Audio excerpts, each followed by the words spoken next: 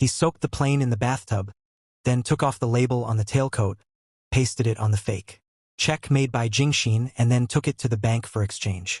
He also used words of flattery to distract the female staff. "Excuse me, I'm sure you hear this all the time, but you have the most beautiful eyes I have ever seen." "I do get that all the time." His praise made the female staff excited, so they successfully exchanged the cash. Since then, he has been out of control. He used the same method to steal more than $4 million. He is the most cunning liar in American history. He played cat and mouse with the FBI for 3 years, and this year he was only 16 years old. On the first day of Frank's high school, he was bullied by the school bully. When he came to the classroom, the other side laughed at him for dressing like a teacher. At this time, he flashed his name on the blackboard. "Quiet down, people. My name is Mr. Abagnale. Not a Bagnale, not a Bagnale, but a Bagnale. Take your seats." He pretended to be a teacher to give the students a test. He also fooled the bully. He was delighted. Until the real teacher came, he sent the other party away in a few words. "I'll never come back to Bellarmine Jefferson again. You tell them not to call me." What do they think of me? Do you think I'm a woman of my age? And all the money that I've invested? When the school found out, Frank had already taught French for a week. He not only taught the students but also arranged a large number of homework and even held a parent meeting. He was going to arrange all the students to an intern at a French bakery. What he did was so unbearable for the principal. When Frank was waiting outside, a girl came to ask for a leave. He could tell at a glance that the leave note was fake.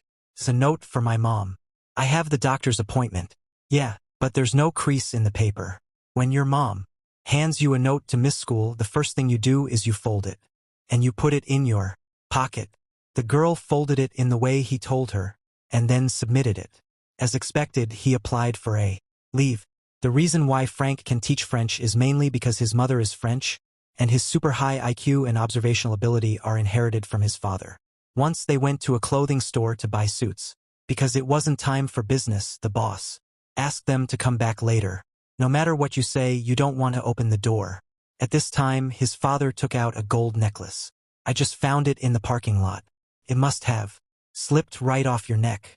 His father is a quiet entrepreneur. He's obviously a wolf, but he always compares himself to a mouse. 2 little mice fell in a bucket of cream.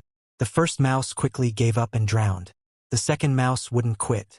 He struggled so hard that eventually he turned that cream into butter and crawled out. "I am that second mouse." Frank grew up in this rich family. His parents met in a small town called Munsa in France. They have been in love for more than 10 years. However, the good situation did not last long. His father's capital chain broke. The bank thought the risk was too great and refused to lend money. The company eventually went bankrupt. His father sold his luxury car. The family moved from a luxury villa to a small house. This planted a seed of hatred in Frank's heart. Although he lived a good life on his 16th birthday, his father still gave him a bank account and a checkbook. Although there was only 25 yuan in it, it would change his life in the future. One day, Frank returned home and found out that his mother had an improper relationship with his father's business partner. His mother, who did not support him, told him not to tell his father. Frank believed that their family would go back to the way it was. But what was waiting for him was the news of his parents' divorce. The lawyer asked him to sign a choice of which side to follow. In the end, he had no choice but to run away from here alone. He came to the station in a huff and bought a ticket to New York, but he still underestimated the cruelty of reality. Soon, he was driven out by the landlord because he could not pay the rent. In the end, he made a bold decision. First, modify the date on the check. Then cover the original name. He took it to the bank for exchange. But this bad method was rejected by the staff. He took out the high-end necklace he had prepared in advance from the bag. However, these strange behaviors attracted the attention of the manager. His first action was to fail. Then he continued to go to other banks in the same way. He even pretended to be pitiful and failed to win the sympathy of others. He was discouraged by repeated failures until he met the pilot on the way. They were dazzling. Frank followed closely. People admired this kind of glorious profession. He suddenly found the reason for his failure. Then Frank dressed up as a reporter and went to the airline to interview the retired pilot. He learned that the pilot needed to wear two kinds of identity badges. One is the license of the Federal Aviation Administration. The other is the employee badge of the airline. He used the excuse that he wanted to copy a license and paste it in the interview article. However, the old pilot gave it to him very generously, because there are 3 more years to go. He still needs a suit with a badge. So he pretended to be a pilot and called the airline. He said that he lost his uniform when he sent it. The airline didn't doubt it. Let him go to the special uniform supplier for free. With his eloquent eloquence, he turned into a popular pilot. His handsome face depicted a sunny smile. He walked on the street like a beautiful scenic spot. The female employees of the bank were fascinated. He successfully exchanged fake checks for cash. Even the attitude of the bank manager who used to torture him has changed a lot. After that, it was impossible to clean up. He made a lot of fake checks. Then he took the plane for free as a pilot. He went to banks all over the country. He used the time difference between branches to exchange checks. In the process, he often used high-end necklaces to capture the direction of the air. When he just got off the plane, he stared at a beautiful lady again. "My name is Frank Taylor. I'm a co-pilot for Pan Am. I'd like to cash this check here. And then I'd like to take you out for a steak dinner." Dashin had an unexpected harvest this time. Through the female employees, he learned how to code for checks. Then he bought a check coding printer at the auction, just to be able to change the code of the checks at any time. His fake checks have a qualitative leap. This kind of behavior is a crazy provocation to the FBI. So he started an investigation led by Carl.At this time. The ambitious Frank found his father. The father and son haven't seen each other for a long time and miss each other very much. He also gave his father a luxury car.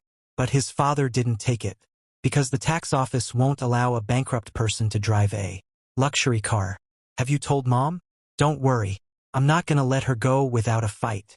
Frank made up his mind to help his father get back on his feet. Then his mother would go back to their family reunion.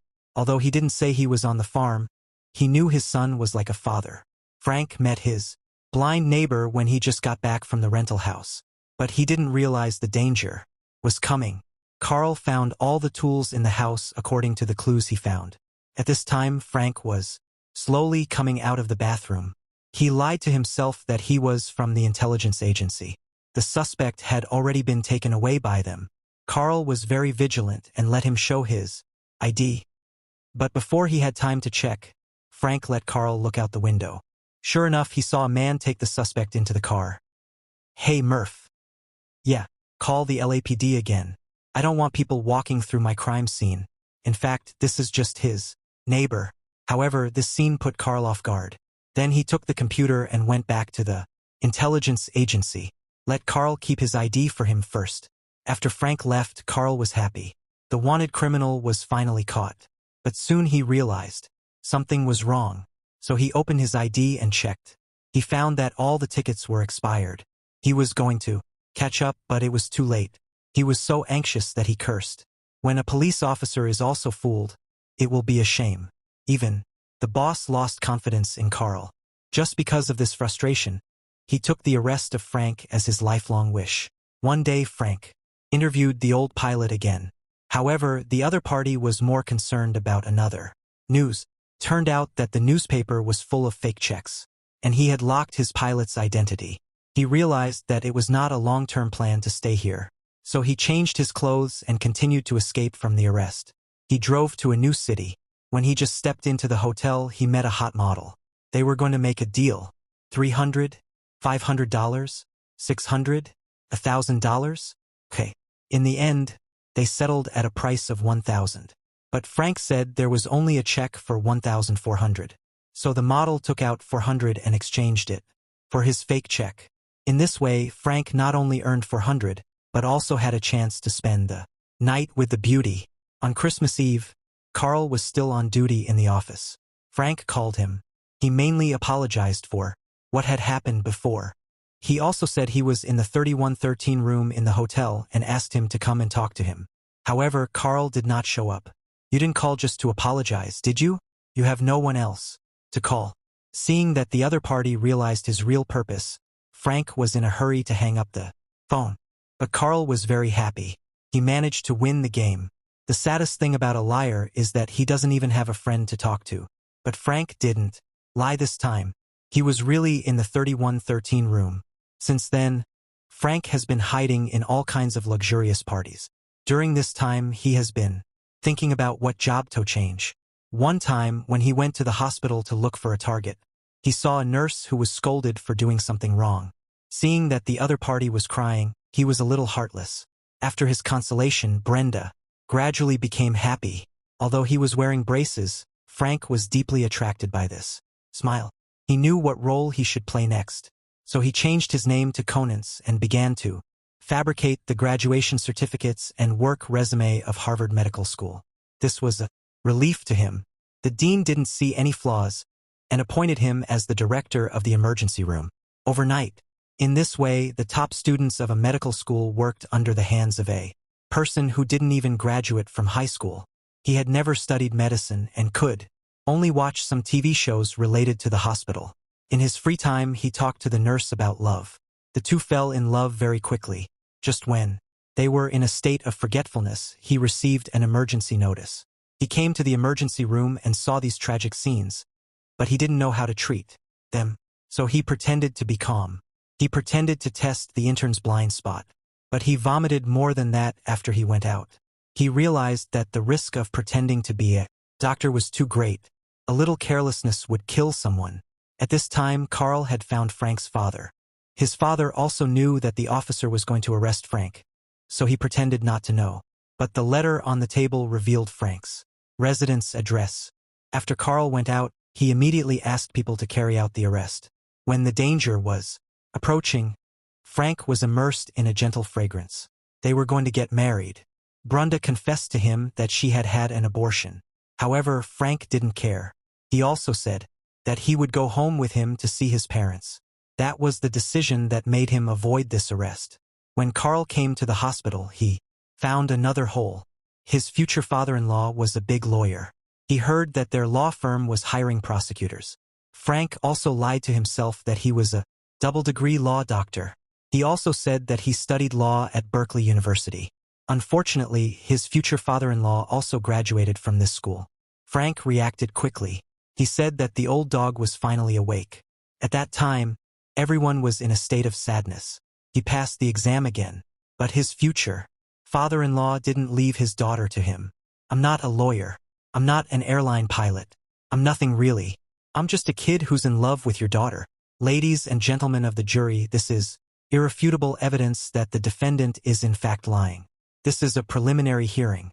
There is no defendant. There is no jury. What in the hell is wrong with you?" Frank found his father again. At that time, his father was overwhelmed by the pressure of debt. He wanted his parents to attend his wedding. However, his father told him a bad news. After his mother remarried, she moved to a faraway place to live in order to get rid of her relationship. At that time, he was full of resentment. If it weren't for the bank's refusal to lend money, his father wouldn't have gone bankrupt, and his mother wouldn't have left him. "I'm gonna stop now. I'll kill you. They're never gonna catch you, Frank." "Dad, you wouldn't do that. Why won't you sit down? Why won't you do that to you? Come on, sit with me. Have a drink. Then ask me to stop." "I can't stop." But he was betrayed. Carl waited for a long time, but the big fish didn't show up. He guessed that Frank would run away on a plane, so he gathered 100 police officers to ambush at the airport. However, the knife was 1 foot high and the devil was 1 palm high. Frank recruited 10 of the most beautiful girls at the flight attendants meeting. When these flight attendants appeared at the airport, they attracted all the attention of the police officers. They didn't notice that Frank was among them at all. He passed through the backstage lobby. At this time, Carl received the news of the suspect's appearance. But he didn't know that Frank was passing by him. All the police officers were transferred from the airport. They surrounded the suspect in a fierce way. But they found that this person was just a driver. Turned out that this was a lie set by Frank. He didn't forget to leave a sign for Carl. At this time, Frank had already flown to the sky. 7 months later, the checks made by Frank were more real than real checks. The entire Federal Bureau of Investigation lost confidence. Only Carl didn't forget his original intention. Now Frank has moved the crime scene to Europe. The old experts in the printing department believe that this kind of unbreakable check is made with an old printer, and this kind of printer is only available in France. With the intuition of an old opponent, he guessed that Frank must have hidden in the place where his parents met for the first time. On Christmas Eve, Carl came to a small town called Monza in France, and he met Frank again in the church. Although Frank has tens of millions of dollars, he lives like a worker on the waterline. He pretended to talk calmly to Carl. In fact, he was looking for a chance to escape, because the number of checks was too large. The capitalists wanted to get rid of him. Now the only way to survive is to turn himself in first. Then Carl used the influence of the FBI to lure him back to China. The two are old opponents for many years, but they also care about each other. Frank chose to trust a person again. He put on his handcuffs and was pushed into the car. Criminal who had escaped for 3 years finally fell into the net. Carl thought this cat-and-mouse game would end here. However, there was an accident when handling the extradition. When he got the permission, Frank had been in France for 4 years. He was already weak, and he no longer had the same temperament as before. Under Carl's operation, Frank got on the plane back to China that he was determined to see his father as soon as possible. But the next second, he heard a bad news from Carl. During the time in prison, his father left without a word. He was completely out of control and locked himself in the bathroom. He cried all by himself. All he had done for so many years was just to get back to that original family and stay with his parents. Carl saw that there was no movement inside for a long time, so he knocked on the door of the bathroom, but there was no one inside. He was completely dumbfounded. At this time, he found the screws on the ground. Turned out that Frank had dug in from under the sink. Then he jumped off and ran away when the plane landed. In the snowy night of Christmas, Frank returned to the house where his parents had lived. Through the window, he saw his mother reading on the chair. The carefree life made him look so elegant and beautiful. He talked and laughed with his new husband. Frank also found the little girl in front of the window. This is his stepmother's sister. Seeing the happy family of his mother, he was in a complicated mood. He didn't know if he should yell at his mother now or wish them a happy family. He walked to the back of the police car. This time he got on the car voluntarily. Looking at his mother and the house gradually moving away, he was deeply hurt. Given the seriousness of what he had done, Frank was sentenced to 12 years in prison. During this period, Carl often came to see him.